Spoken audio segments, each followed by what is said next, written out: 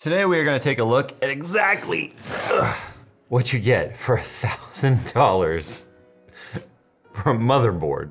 The Phanteks G360A PC case features a mesh front panel for ample airflow, room for full-length GPUs up to 400mm long, 360mm radiator support, and integrated DRGB lighting compatible with all motherboard RGB lighting controllers.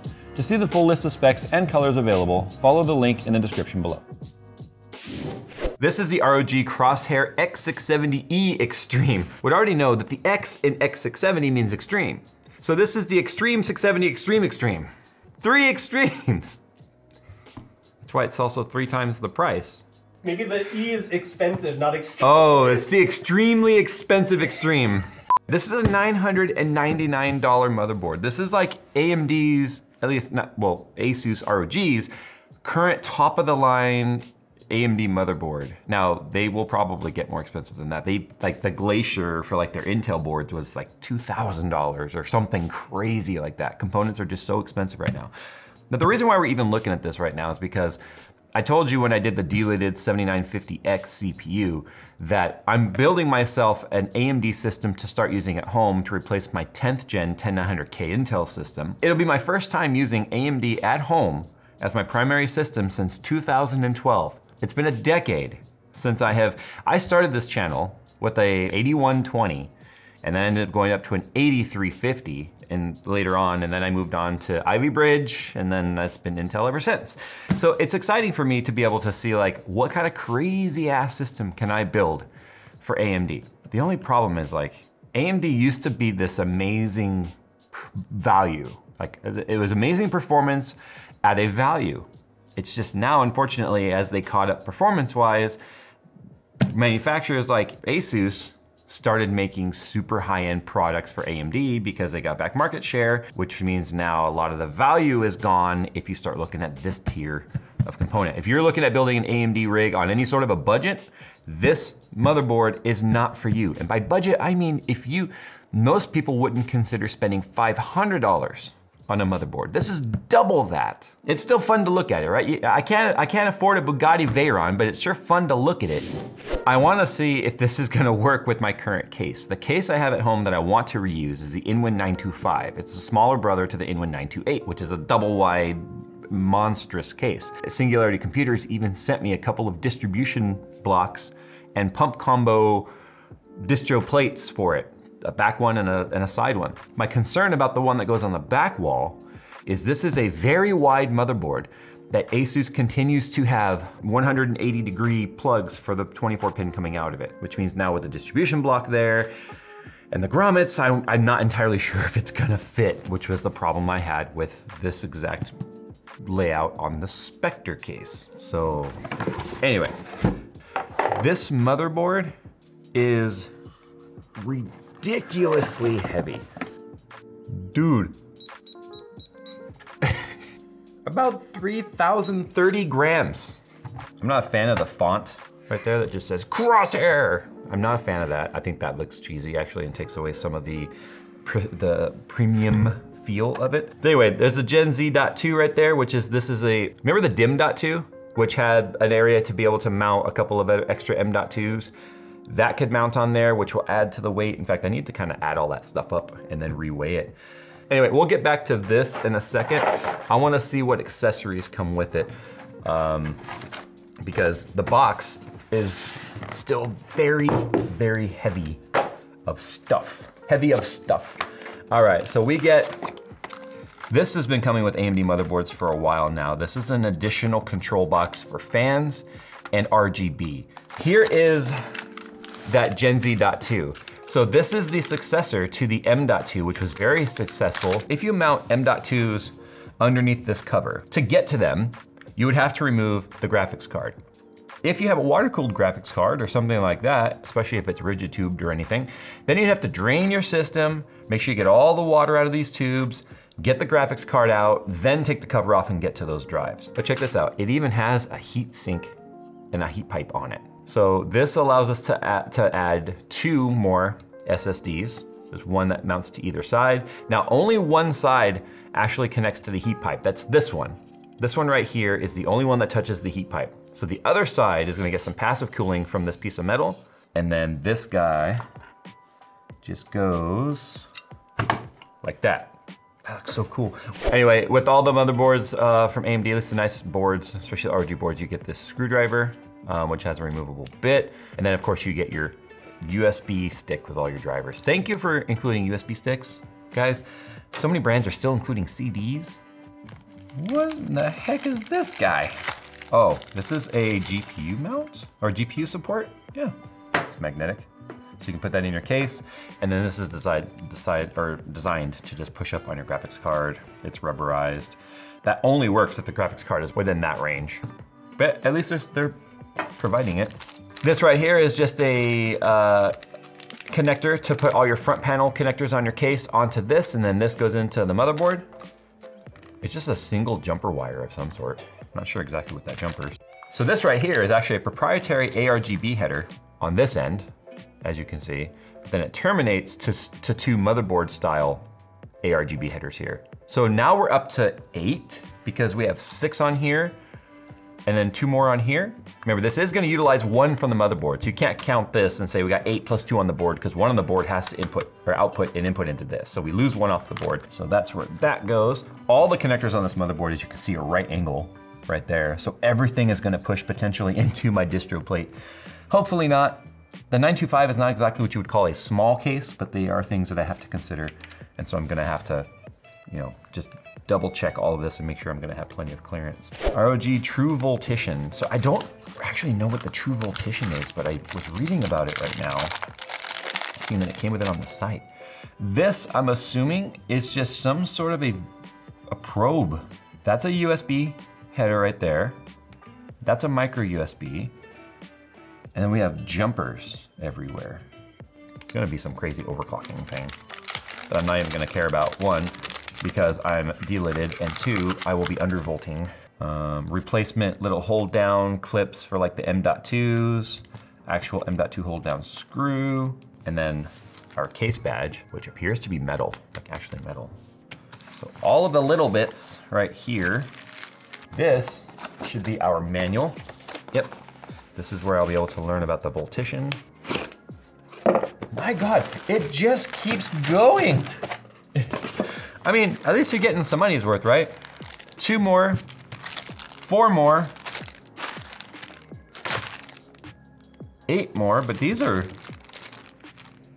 oh, they're all braided. Wow, these are actually braided. And each one comes with a dual 180 and a 180 to a 190 plug for the SATA cables, but these are paracord braided. It's kind of nice to see. So you actually get 2, 4, 6 of them. Okay, so this is just an ARGB extension cable. You get a key tag. This is an ARGB splitter. I love this, because here's the thing.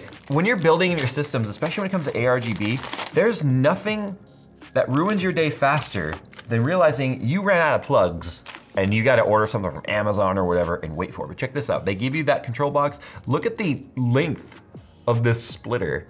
So this is a single to triple splitter here for ARGB, which can also be split off of the control box, not just the motherboard. So you could put this on the control box end and then have 3 coming out of that.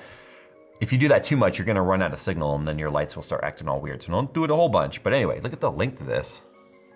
That is longer than most cables you get with a fan these days. This right here is a PWM, single PWM fan to triple fan splitter. Remember I said we could hook this up to the control box as well? These are all your different temperature probes. So you can hook these up. The motherboard has various places you can hook up temperature sensor probes. You can use temperature tape to hold this down on something, set it inside your graphics card, set it inside the heat sink somewhere, maybe route it under your cooler, put it on anywhere you want. And then this can become a control point for your Armoury Crate software to be able to control your fans. So that's nice to see. And then this here is just another ARGB splitter. And then this is just mounting tape, M.2 thin mounting tape for other things, I guess. And this is just our antenna. It is a single wire, well, it's a dual wire that's connected together that goes into 2 connections here for the back of your motherboard. And then you set the antenna where it's convenient so it can have the best visibility in terms of interference with being behind your case or tower. All right, so that's everything that comes with it. You can see You know, it's a $1,000 motherboard, but you get a lot of things with it, which definitely help aid in the completion of your build. Let me get all these accessories back in here and then we'll look over the motherboard. Actually, I'm not done. For those of you that have lots of M.2 drives, remember I showed you that we have the M.2, or the Gen Z.2, that we can mount two M.2s to. We can also mount two M.2s onto this guy right here, which is just a PCIe 5.0 card. So it is a 5.0 card because this is a 5.0 motherboard, and you can add two more. No, wait, one. We can add one more. That would have to be a hell of a drive just to have this whole thing, which is a heat sink and has a thermal pad and all that. That is just for one M.2. So we're now up to 3,746 grams for the weight of the board before we put any RAM in it, the CPU, our cooler, and any M.2 drives. It says right on here, for those who dare. Yeah, for those who dare to test the structural integrity of their case. So before we do the tour here, the True Voltician here basically is just an oscilloscope. It's a voltage monitor. So this plugs right into the USB like this. And then we can monitor 3 volt and 5 volt, depending on the jumper locations. And this allows us to then hook up pin outs. That's what those connectors were that I showed you that just look like a single pin on each side. We can use that to actually do voltage monitoring. And then it can even turn itself into a server basically, where you could keep an eye on this, monitoring it on another system, seeing what the real-time voltage readouts are. Extreme overclocking tool, something I won't be needing. I'm curious as if the XOC guys would actually use this, or they would end up just soldering on their own measurement points somewhere on the board and doing it their own way. This is designed to just make life easier for people that do that kind of stuff. Okay, so let's go ahead and take a tour here. I'm gonna take the cover off. So underneath here, that is thick. That's a thick boy right there. Woo-wee. Anyway, as you can see, the thermal pads are pre-applied. Thermal pads on this side too. That way, if you have double-sided M.2 drives, you'd be able to get some active cooling on both sides of it. This guy right here doesn't actually come off, and this does illuminate. There is a backlight here that they created an ROG logo out of ROG letters. So we can have 1, 2, 3, 4, and then with the other 5.0 drive sled, 5 M.2s, which is not like the most impressive amount of M.2s, but it's not terrible either. This is honestly where your main drive should be first. Like I said, drive on the heatsink side, secondary drive on the other side, then these two guys right here, in my opinion, and then the 5.0. We've had issues in the past of actually getting, if you mix the drives, say you put a PCIe 5.0 and a PCIe 4.0, or a 4.0 and a 3.0, on the same, now this sled only has one drive, so that's not gonna be a problem. But we've had ones in the past that have come with ROG that have two, like 45-degree mounted M.2s. If you mix the generation on those, it's gonna default to the slowest one. So if you have a Gen 3 and a Gen 4, you're only gonna get Gen 3 speeds through it. So something to keep in mind, and the same is probably true for this guy right here. If you can have multiple drives connecting through a single interface, it's gonna default to the slowest compatibility. So keep that in mind. Anyway, here is our CPU socket right here. One thing to keep in mind, extremely tall heat sinks. Like this is just like a cityscape of skyscrapers around it.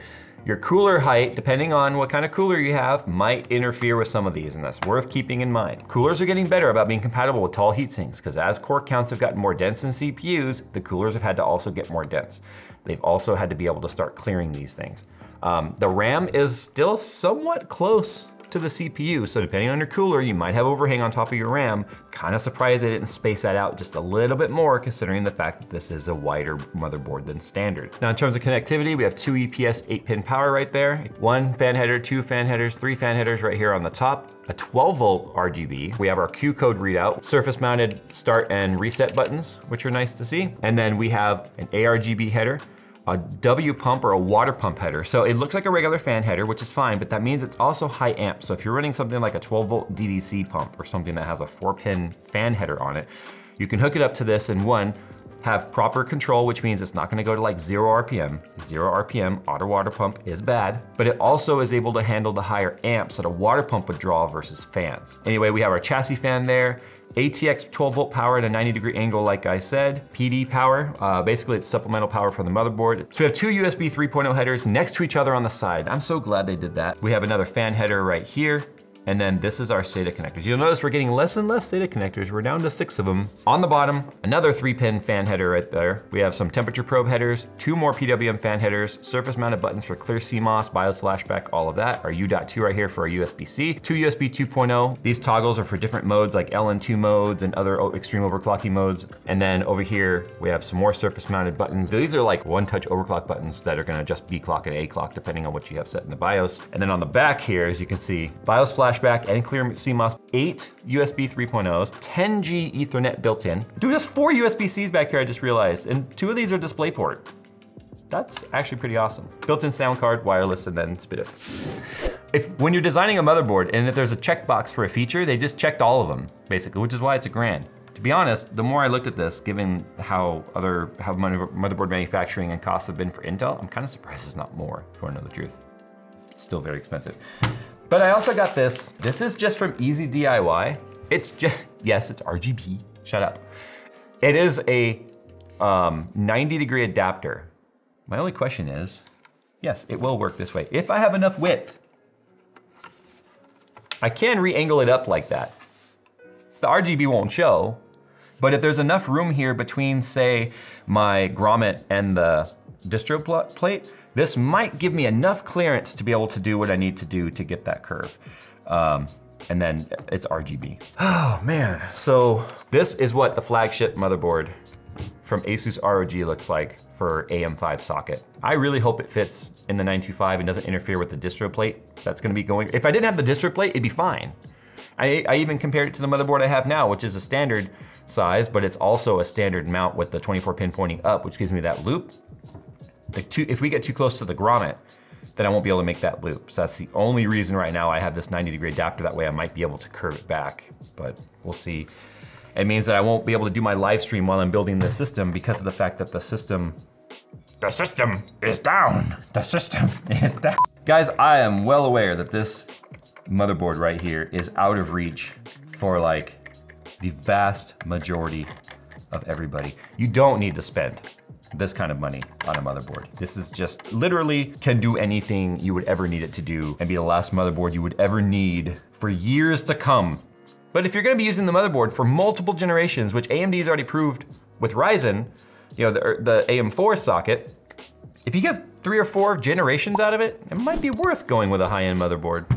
That's up to you to decide, and your wallet and whoever it is that you have to go over your money decisions with. It depends. Do you want also to spend $1,000 on a motherboard or potentially be able to pay your rent this month? Couple this with a 4090 and now you're on your way to a car.